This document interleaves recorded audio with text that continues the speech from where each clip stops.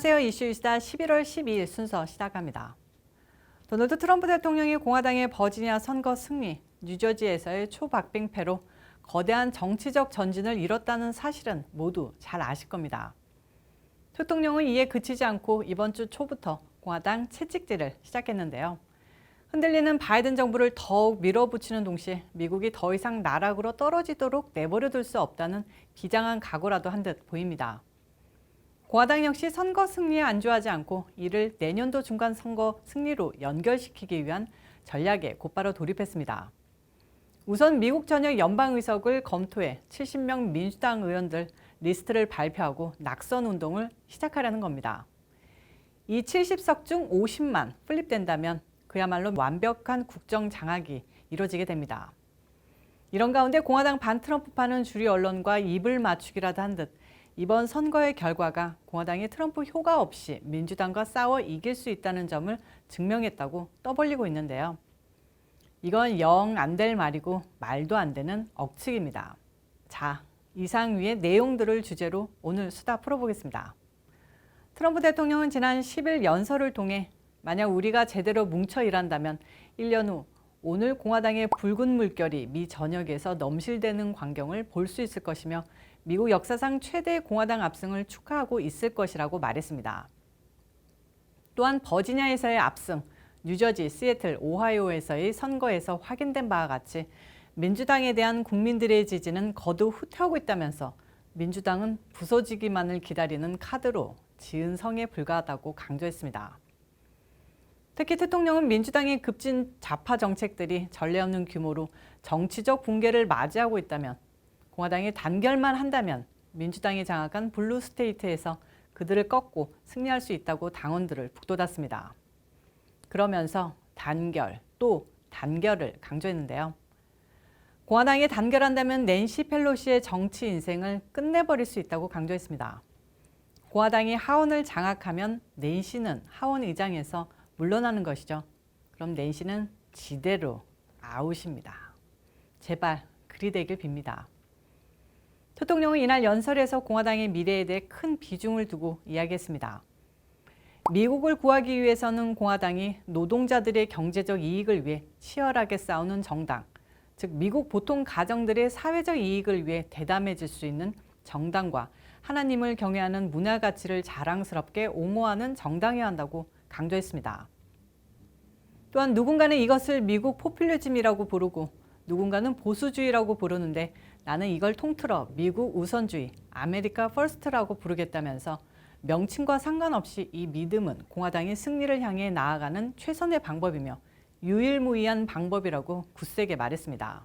또한 네오공으로 대변되는 예전의 공화당은 영원히 사라졌다. 끝없는 전쟁을 양산하고 국가 건설만을 외치며 느슨한 이민정책, 어리석은 무역거래, 좌파들에게 우리의 문화를 양도하는 어둠의 시대는 끝났다고 규정했습니다. 그러면서 대통령은 이제 공화당은 노동자와 보통 국민들을 대변하는 당이다. 범죄를 막고 국경을 방비하고 무역에서의 우위를 중요시하는 실용적인 정당, 우리의 유산과 미국의 가치를 자랑스러워하는 정당, 시민의 일자리와 임금을 지키는 일을 최우선으로 여기고 이 나라를 파괴하는 워크 문화를 물리치기 위해 노력하려는 정당이 되겠다고 한 겁니다. 한마디로 대통령은 이 자리에서 새로운 공화당의 개혁과 미래의 방향을 설정한 것과 마찬가지였는데요. 끝으로 대통령은 공화당이 미국 사회를 분열시키고 있다고 말하는 자들을 경계하라고 했습니다. 또 미국을 분열시키는 것은 급진좌파이며 마르크스 레닌주의를 설파하는 사회주의자들이며 그들의 편협성과 침략을 물리쳐야만 미국이 단합할 수 있다고 말했습니다. 정말 멋들어진 연설이었는데요. 이것으로 대통령은 승리를 향해 나아가는 공화당의 진정한 주인이라는 점을 전국에 상기시킨 것이죠. 하나의 매니페스토적인 연설이었다고 평가할 수 있겠습니다. 그러나 공화당 내 반트럼프파는 이번 공화당의 버지니아 선거와 뉴저지 선거에서의 초박빙패가 트럼프 없는 공화당도 민주당을 맞아 승리할 수 있다는 확신을 가져다 줬다고 지네 마음대로 생각하고 있다는 분위기가 감지되고 있습니다. 대통령은 버지니아 선거전의 승리를 기뻐하며 3일 오전 존 프레더릭스 라디오쇼에 출연해 마가가 없었다면 영킨 후보가 15% 이상으로 졌을 것이라고 말했습니다. 그러나 일부에서 내 지지자들의 공로를 인정하는 대신에 그들은 영킨이 트럼프보다 더 인기가 있어서 이겼을 뿐이라고 말한다. 그것은 믿을 수 없다고 말했습니다. 지난해 대선 기간 트럼프 전 대통령의 버지니아 선거운동을 주도했던 프레더릭스는 이번 선거에서 트럼프 전 대통령이 없었다면 영킨의 승리도 없었다고 공감했습니다. 하지만 좌파 언론들은 교묘히 이번 선거 결과가 트럼프가 사라져도 공화당이 할 수 있다는 자신감을 불어넣었었다면서 다분히 공화당을 갈라놓기 위한 술책을 쓰고 있는데요.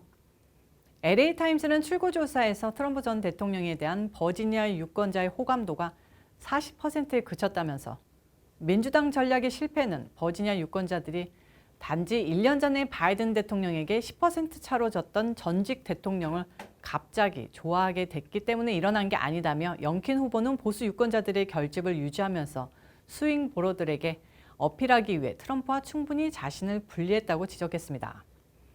또 좌파 성향 시사 주간지 디 애틀랜틱은 이날 버지니아의 결과는 트럼프가 생각하는 승리가 아니다라는 제목의 기사에서 영킨 후보는 마가에 완전히 가지 않고 이겼고 더 이상 트럼프의 정당이 아닌 당의 가능성을 보여줬다고 평가했습니다. 특히 메릴랜드 주지사, 한국인 아내를 둔 반트럼프파 주지사 레리 호거는 공화당이 트럼프의 개입을 최소화해야 다음 선거에서도 승리할 수 있다면서 아주 신났다고 나팔을 불고 있는데요. 최근 월스트리트저널 기고문에서 공화당이 민생 이슈에 주력해 상식에 부합하는 유권자들에게 어필해 좋은 결과를 얻었음을 되새겨야 한다면서 대통령이 내년도 중간선거에 개입하면 오히려 좋지 않은 결과를 초래할 것이라고 말을 했습니다. 아주 나는 반트럼프파입니다. 반트럼프 공화당 지도부 여러분 잘 좀 봐주세요 하는 내용이었는데요. 그냥 주지사지 끝나고 더는 안 뵙길 기대해봅니다. 이렇게 공화당 내 반트럼프파가 자기 나름대로 공화당 승리를 진해한테 유리한 듯 떠벌리고 있지만 실상은 대통령의 공화당 내 위상이 더욱 공고해졌습니다. 공화당 지도부도 대통령에게 충성 경쟁을 벌이고 있는 상황이고요. 최근 하원에서 70명 민주당 하원의원 타겟 리스트, 한국식으로 말하자면 낙선 대상자, 조선시대스럽게 얘기하면 살생부를 만들고 공격적 선제 대응을 펼치기로 했습니다. 공화당은 하원의회 총 435석 중 절반에 약간 못 미치는 의석을 차지하고 있는데요. 내년도 선거에서 5석을 추가하면 낸시 펠로시를 내쫓고 다수당 지위를 확보합니다.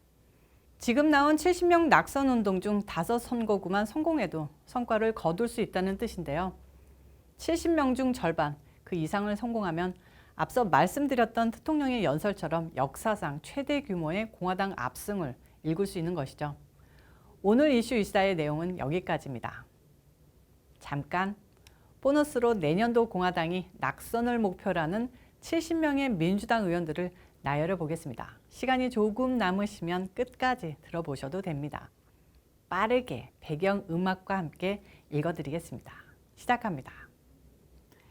애리조나 9선거구 그렉 스탠턴, 콜로라도 7선거구 에드 펄뮤터, 커네티컷 2선거구 조 콜트니, 플로리다 9선거구 데런 소토, 조지아 2선거구 샌포드 비숍, 인디애나 1선거구 프랭크 몰반, 메릴랜드 6선거구 데이비 트론, 노스캐롤라이나 1선거구 GK 버터필드, 뉴햄프셔 2선거구 애니 쿠스터, 뉴멕시코 3선거구 테레사 레고 페르난데즈, 펜실베니아 4선거구 데멀린 딘, 테네시 5선거구 짐 쿠퍼, 버지니아 10선거구 제니퍼 웩스턴입니다.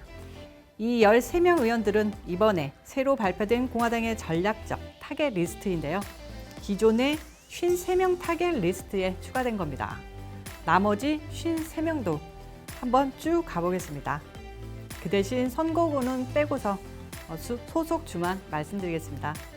애리조나 톰 오헬러런, 앤 커크 패트릭, 캘리포니아주 존 가라멘디, 아미베라, 조시아더, 짐 코스타, 라울 루이즈, KT 포터, 마이클 레빈이 낙선 대상이고요.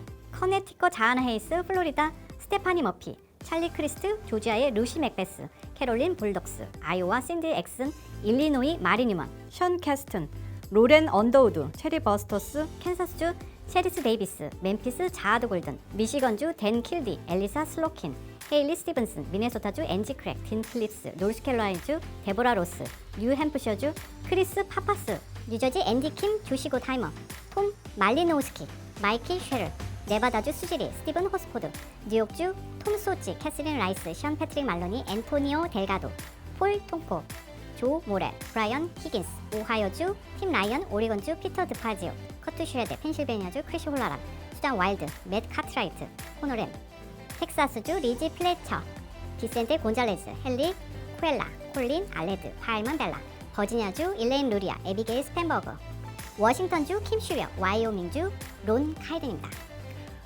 숨찹니다.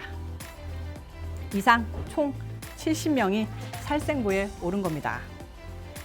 이 중 뉴저지주의 앤디 킴 의원, 한인 의원인 앤디 킴 의원이 이 살생부 리스트에 올랐다는 것, 좀 가슴 아프지만 어쨌든 그렇습니다. 이상 마치겠습니다. 마지막 인사해야죠. 저는 또 다음 영상에서 찾아오도록 하겠습니다. 그리고 변함없이 좋아요, 구독 꾹꾹 누르는 거 잊지 마시고요.